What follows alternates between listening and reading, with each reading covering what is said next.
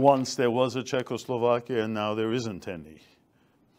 Of course, in 1989, there was a Czechoslovakia.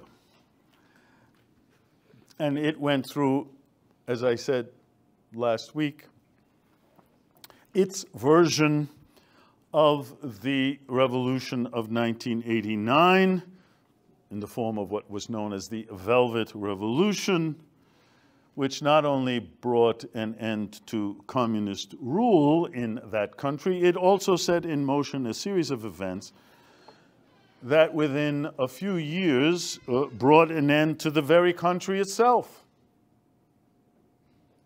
Of course, we're speaking about it because in Czechoslovakia and then in one of its successor states, a significant number of Carpatho-Rusyns lived.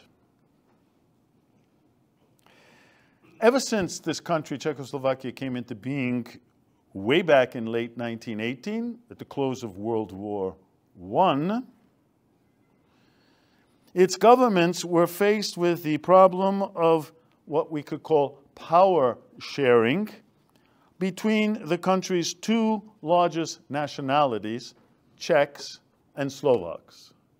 They're not the same, Czechs and Slovaks. As for Czech leaders, they were quite comfortable with the idea of a centralized state. The Slovaks, on the other hand, preferred a federal structure in which their part of the republic would basically govern itself. So again, just like with Ukraine, federal structure, centralized a form of state or federal form of state. As for the communists, when they came to power after World War II in Czechoslovakia after 1948, they continued the principle of centralized rule, and that did not provide Slovakia in any meaningful way with some form of self-rule.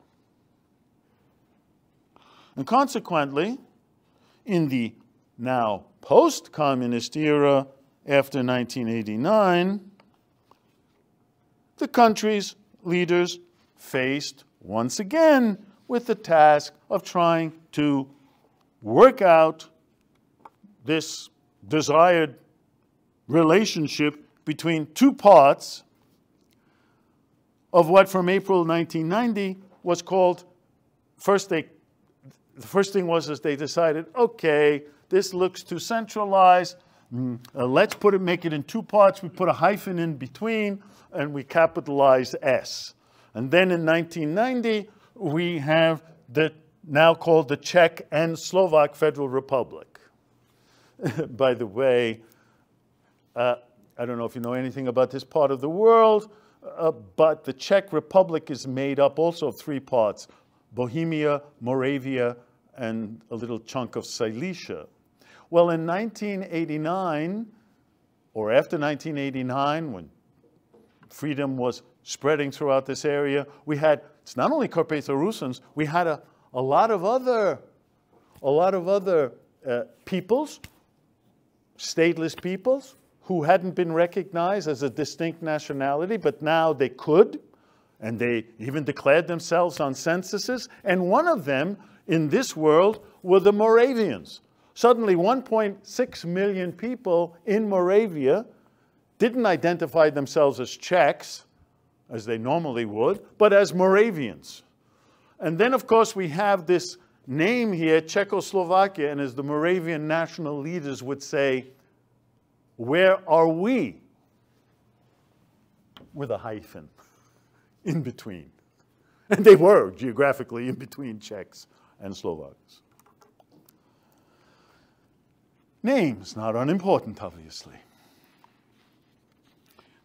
Well, if we have now a Czech and Slovak Federal Republic that still has a centralized government, what does that mean? It meant that the country had three governments, each with its own administration. It had the Czech Republic government, it had the Slovak Republic government, and it had the Czechoslovak or Czech and Slovak federal government. So 3 governments.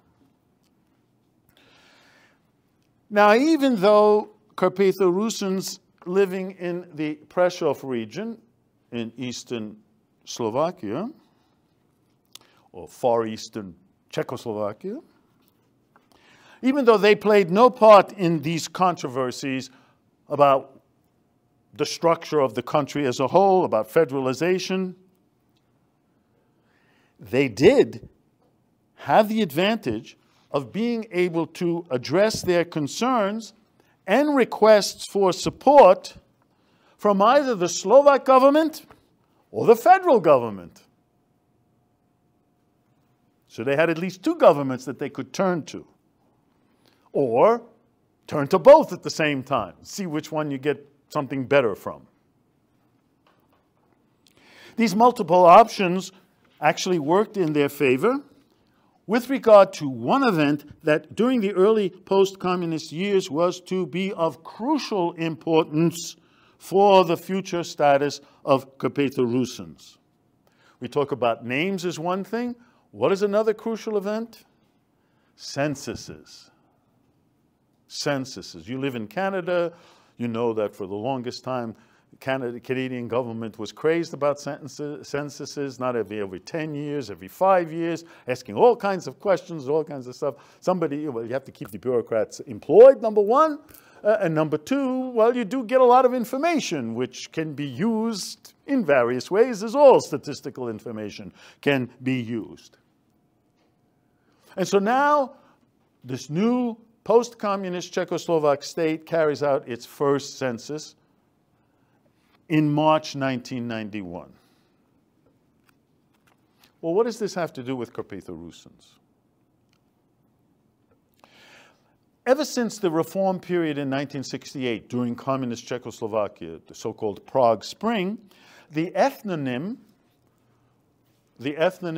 Rusyn was allowed. Up until then, as in the Soviet Union, there were no Rusyns, you can't even use the ethnonym.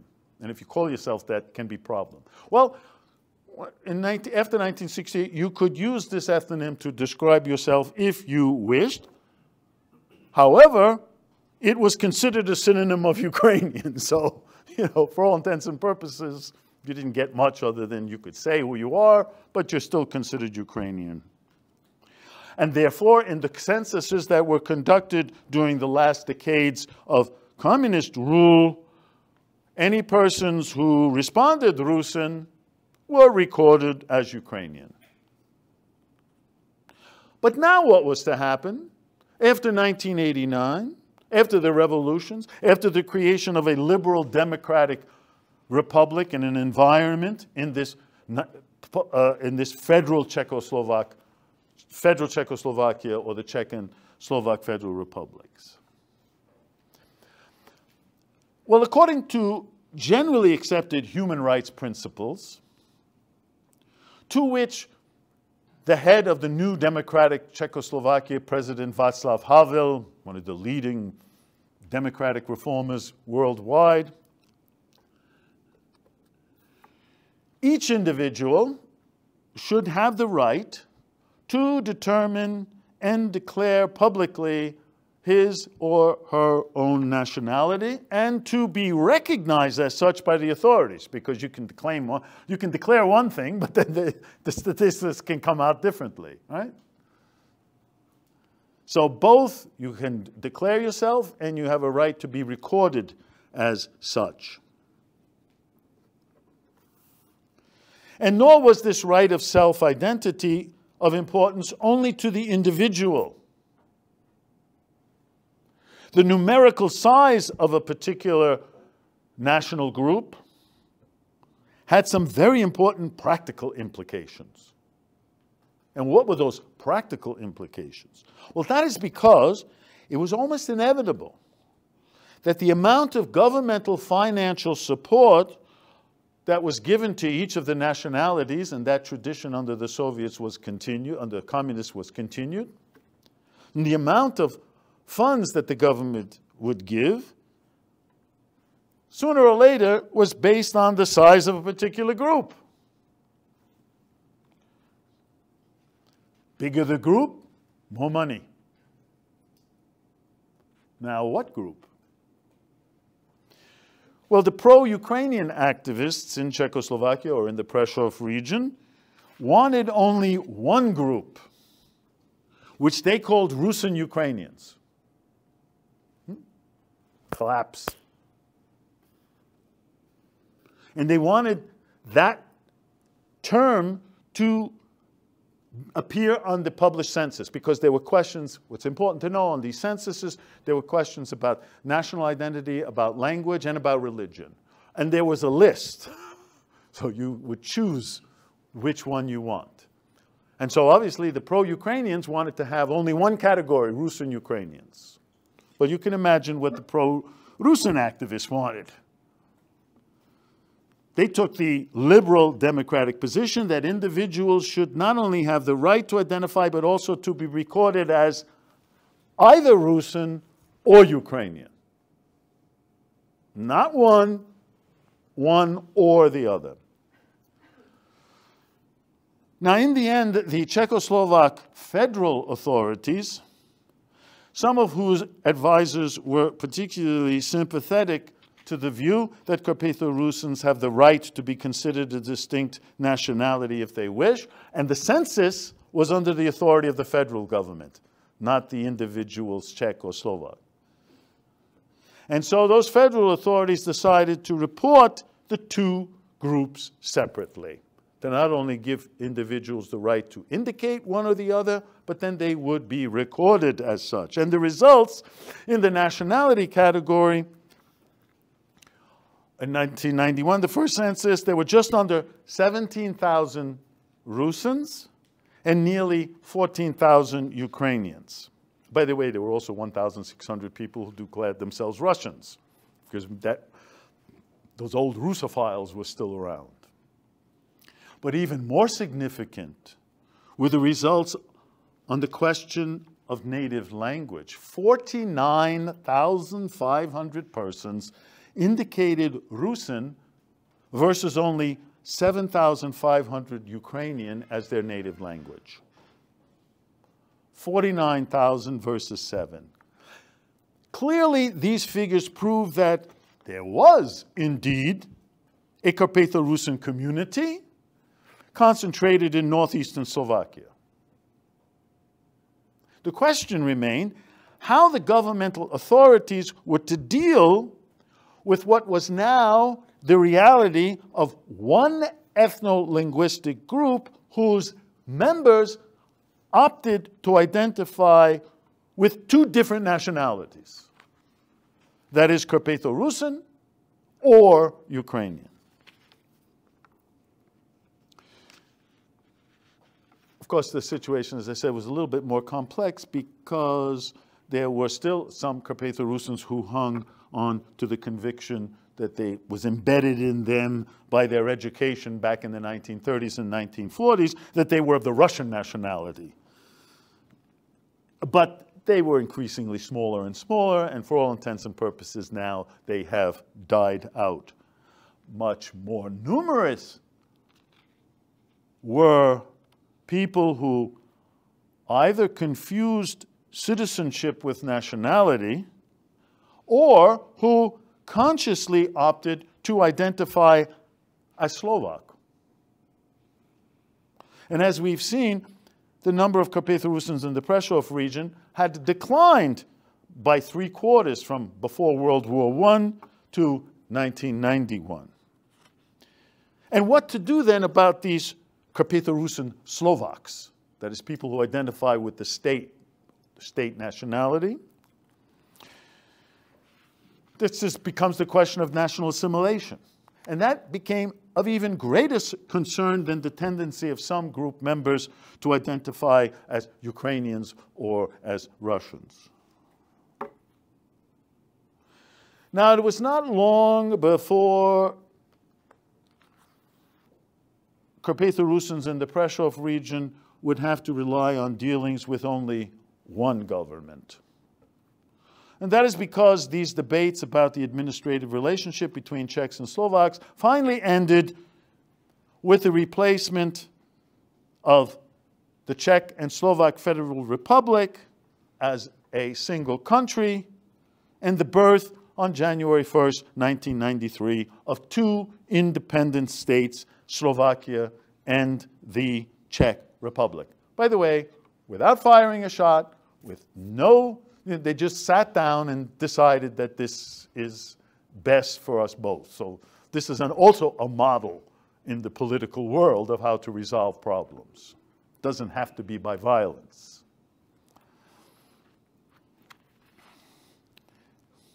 Initially, the government of independent Slovakia, where Carpatho-Rusyns lived in the former Czechoslovakia, initially it continued the liberal democratic direction of the 1989 revolutionary era, and it tried to provide equal financial support for the cultural activity of both pro-Rusin organizations and pro-Ukrainian organizations. But this situation changed at the very end of 1994 when a Slovak nationalist leader came to power, kind of like a predecessor, an earlier version of the present Viktor Orban in Hungary. The Slovak guy was a man named Vladimir Mečiar. He became prime minister. And for the next 4 years under his prime ministership, the Slovak government provided much less funding to all of its national minorities. And in practice, whatever it did give to the Carpatho-Rusyn world, it favored the Ukrainian over the Rusin orientation. But that didn't last long. Country's political situation turns around again in late 1998 when a coalition government under a new prime minister comes to power. And this new government, as well as the new president of the country, so Slovakia suddenly became, in response, its government leaders, these various peoples who make up Slovakia, not only Slovaks. So the new prime minister, his father was actually Carpatho-Rusyn. The president of the country was a Carpathian German, Rudolf Schuster. So Slovakia was doing its best to have various people of various ethnic backgrounds be representative at the highest level. And that new government, that new coalition government, much more favorable to the country's national minorities, much more balanced in its attitude toward the Carpatho-Rusyn national orientation and its civic and cultural organizations.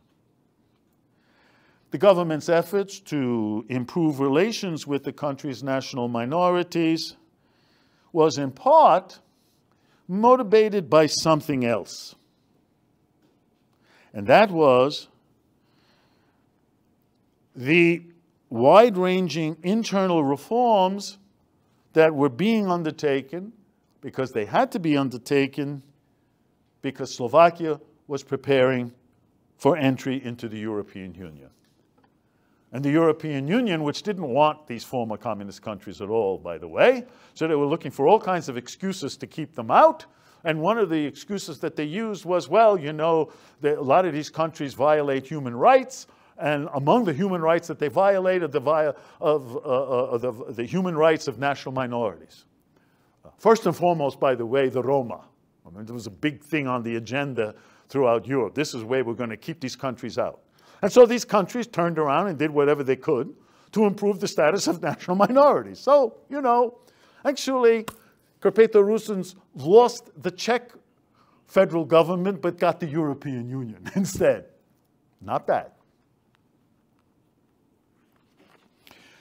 This accession to the European Union finally did, in fact, take place in May 2004.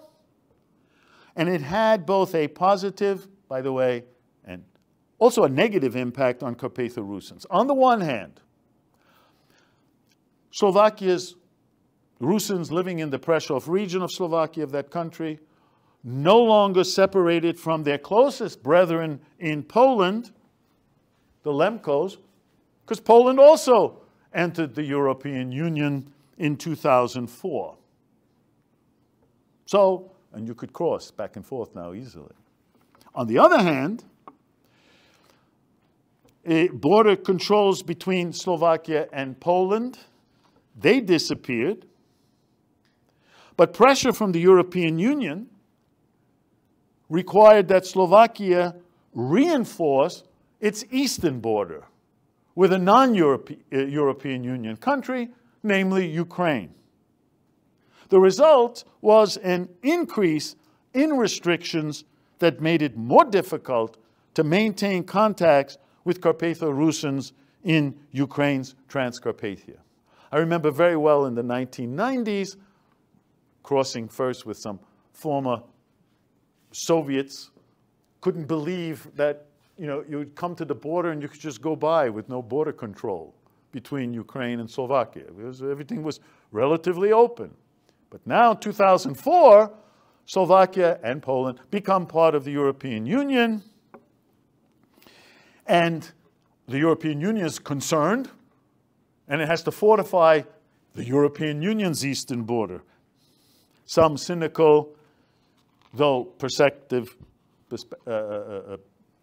very perceptive commentators quipped that the democratic European Union had created a new Iron Curtain along the eastern border of Slovakia, and for that matter, Poland as well. Now, despite sometimes negative aspects of Slovakia's internal political policies, Carpatho-Rusyns in the Prešov region began to make considerable progress during the last decade of the 20th century and the outset of the 21st century. The progress, by the way, was not only the result of Slovakia's policy and governmental funding for organizations of various kinds, but also because of the commitment of a small but very effective group of Carpatho-Rusyn activists working in the media, in the publishing industry, in schools, in cultural institutions, and in particular the theater. And as I'll be mentioning subsequently, most of these people were younger than 50, if not younger than 30, and a very high percentage were women. Now, at first, Carpatho-Rusyns in Slovakia were represented by only one organization, which I mentioned last time when we spoke about 1989 in general, called the Rusyn Renaissance Society, which was created in 1991. So at first it had only this one civic organization.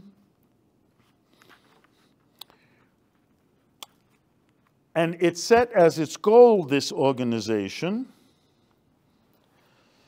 to achieve the following.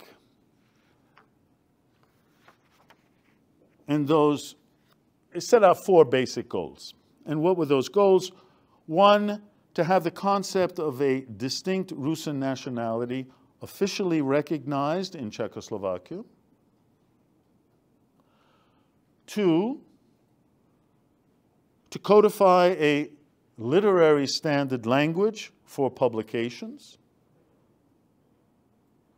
Three, to have this codified Rusyn language introduced as a medium of instruction, at least in the first 4 years of elementary school, in all villages inhabited by Rusyns. And four, to require that Ukrainian cultural and educational institutions change the name from Ukrainian to Rusyn, and to direct their attention primarily to the inhabitants and culture of the Prešov region. Although it was to take nearly 2 decades, all four of these goals were eventually achieved in one way or another. Already in 1990, the professional Ukrainian National Theater that was created in Prešov in 1945 was renamed the Aleksander Dukhnovych Theater. You all know who Aleksander Dukhnovych is, the 19th century national awakener. And within a few years, the repertoire of that theater was performed exclusively in the Rusyn language. These same years coincided with intense linguistic work by two Prešov University professors, resulting in the publication of several standard language texts and the gathering of civic leaders and scholars from several countries in the country's capital of Bratislava to announce the formal codification of the Rusyn literary language on January 27, 1995. Again, seems, what's the big deal? The big deal was that announcement in January 1995 laid to rest skeptical opinion in some Slovak political and academic circles that Carpatho-Rusyns did not have their own language. Well, now they did. And more importantly, it paved the way for instruction in schools and for the use in state-supported media, especially radio and television, of what was now referred to as the Rusyn language. The efforts to promote the Rusyn language and orientation, as you can imagine, opposed by the pro-Ukrainian intelligentsia and their organizations in Slovakia.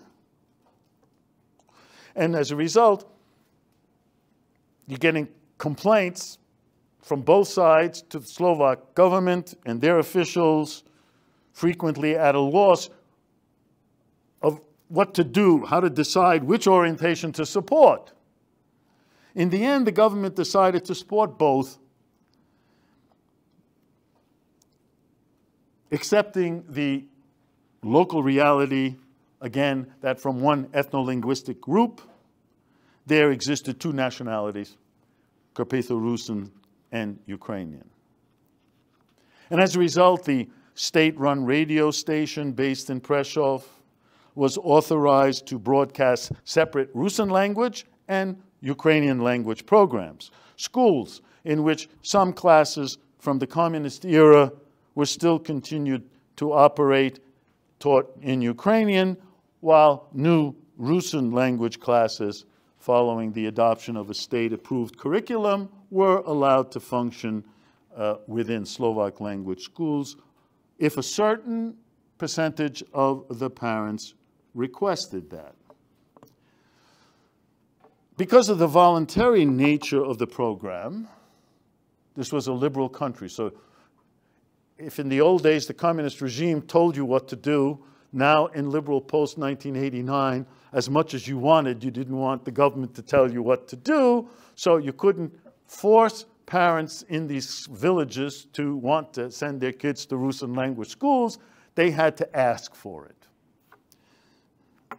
Well, the result of that was a reluctance on the part of parents to have their children learn a language with what they perceived as having little practical value. You spoke it at home, you yelled at your cows or your kids, but you don't use it in school. And so Rusyn language classes, because of the voluntary principle of the parents having to ask, were opened in only a handful of schools. Much more successful was education at the university level. In 1999, Prešov University created a Rusyn language research office that 6 years later, in 2005, was transformed into the Institute for Rusyn Language and Culture, the first and only such university-level institute in the world. Its primary tasks were to train teachers for elementary schools and to promote scholarship and publications about Carpatho-Rusyns. Now, from the standpoint of Carpatho-Rusyn cultural interests, one area remained problematic: the Greek Catholic Church. In the wake of the revolution of 1989, the status of that church was greatly enhanced. It had 259 parishes, about over 200,000 faithful, and it remained clearly the largest religious body among Prešov region's Carpatho-Rusyns. At the same time, its hierarchs, its bishops, and those around the bishops transformed this Greek Catholic Church into a Slovak institution. Not only did they change its name from the Ruthenian Greek Catholic Church to the Slovak Greek Catholic Church, they also replaced Church Slavonic, the liturgical language, with Slovak in both liturgy and in homilies.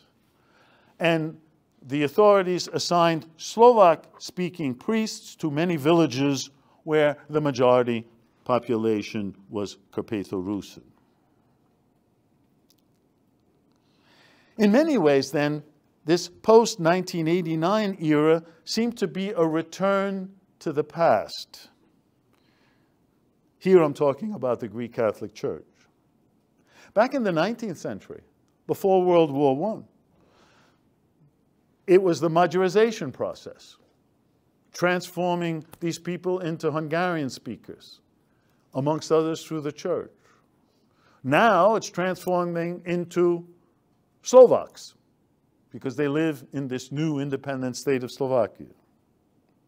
But also, just like back in the 19th century, when we had people like Dukhnovych, Greek Catholic priest, and a few others, faced with this overwhelming threat of Magyarization, now, at the end of the 20th century, we have a new generation of patriotic Carpatho-Rusyn Greek Catholic priests who felt obliged to resist the Slovakization of the Prešov Greek Catholic hierarchy under which authority they are, convinced of the close relationship between religious practice and the preservation of one's ancestral national identity. These priests have revived the pre-communist era Carpatho-Rusyn religious organization, something called the St. John the Baptist Society. They have produced for the faithful a wide variety of publications, religious books, prayer books, magazines, annual almanachs, 4 books of the New Testament Gospel, and just recently, the entire New Testament translated into the Rusin vernacular. Remember, in religion, and certainly in the Reformation, the Protestant Reformation, the great reformers had to get the Bible into the hands of the faithful and then therefore translated it into local languages, whether Czech or German. So we have Martin Luther being a great founder of the German language, not only a religious reformer. And so we have this same kind of situation among a small number of Greek Catholic priests in Eastern Slovakia. So I've just mentioned several examples of what we might call cultural reclamation. And this activity produced results that actually maybe we can quantify. How can we quantify this? Go back to the censuses. In 2001, the second census since the revolution of 1989 was conducted in Slovakia. By the way, somewhat unique for Central Europe was the Slovak government policy of actually encouraging its citizens through a widespread pre-census media campaign to identify with their ancestral culture, whether or not it was Slovak. This is like pretty rare, but that's what they did. In other words, Slovakia's authorities were making it clear that all inhabitants of the country, regardless of their differing ethno-linguistic or national backgrounds, were equally Slovak citizens.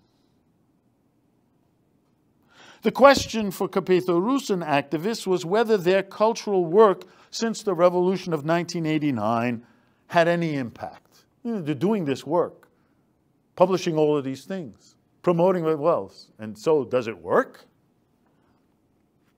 And in particular, in stemming the tide of national assimilation, because most of these Carpatho-Rusyns had become Slovaks or identify as Slovaks.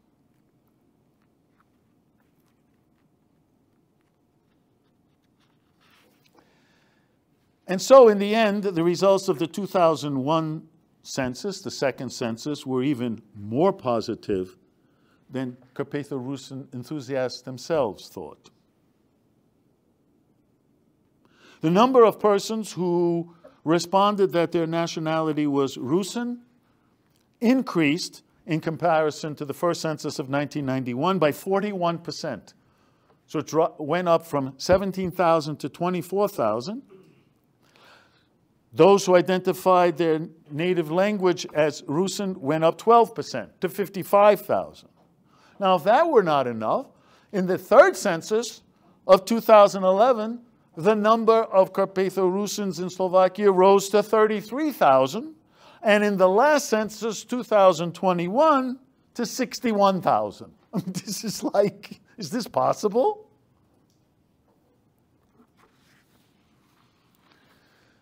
Now, despite these positive developments, national assimilation is still a matter of concern for activists in Carpatho-Rusyn communities of Slovakia's Prešov region. The trend toward depopulation of villages that had already started during the last decades of communist rule has continued. Young people in search of employment move away permanently to Slovak towns in eastern Slovakia and other parts of the country. Many intermarry with spouses of Slovak or other nationalities, and only rarely are able or willing to pass on their ancestral Carpatho-Rusyn heritage to their offspring, who actually are then born and fully acculturated in a Slovak environment. We see this also in many immigrant societies, as in Canada. Carpatho-Rusyn villages, many of which are now the preserve of older people, are almost all experiencing demographic decline, several of those villages having less than 100 inhabitants. In fact, recently, Slovakia and the Carpatho-Rusyn villages has become famous. There's one village, the smallest village in Slovakia, has recorded 3 inhabitants. Local village schools, as a result of this, continue to close, lack of pupils. Several Greek Catholic and Orthodox parishes even have only visiting priests, may not even serve liturgies once every week. Even in those villages where an elementary school may still exist, parents remain reluctant to request that Rusyn be taught, so that in all of Slovakia's Prešov region, there are at most only a dozen schools where students receive formal instruction in the language of their ancestors, and at most only a couple hours a week. So what exists then in Slovakia is somewhat of a contrast between the relative vibrancy of the national movement, certainly among intellectual leaders residing in towns and cities, and the rather passive, sometimes even negative, view of the rural residents toward what they are told is their Carpatho-Rusyn heritage.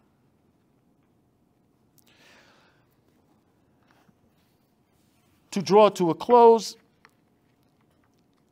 the organizational strength of the Carpatho-Rusyn movement in the Prešov region of Slovakia has made, after 1989, some remarkable progress on the international front. And so the headquarters of the World Congress of Rusyns was set up in Prešov. That body's official organ, called Rusyn, published in the same city at the expense of the Slovak government. The first and second international congresses of the Rusyn-language, not the World Congress, but International Congress of Rusyn-language, also held in Slovakia. And finally, in the year 2010, something called the Studium Carpatho-Ruthenorum, an international school, summer school, was established, now in its 11th year, and has garnered incredible attention with participants from North America, from Europe, and from East Asia. Several students have participated from China, from Korea, from Japan. So I will end this story about Carpatho-Rusyns in Slovakia and mention for the first time that if any of you are interested in attending this Studium Carpatho-Ruthenorum, which occurs in June, a fascinating 3-week experience for which there are scholarships available. If you have nothing else to do in the summer and want to do something productive, see me after class, this class or next class.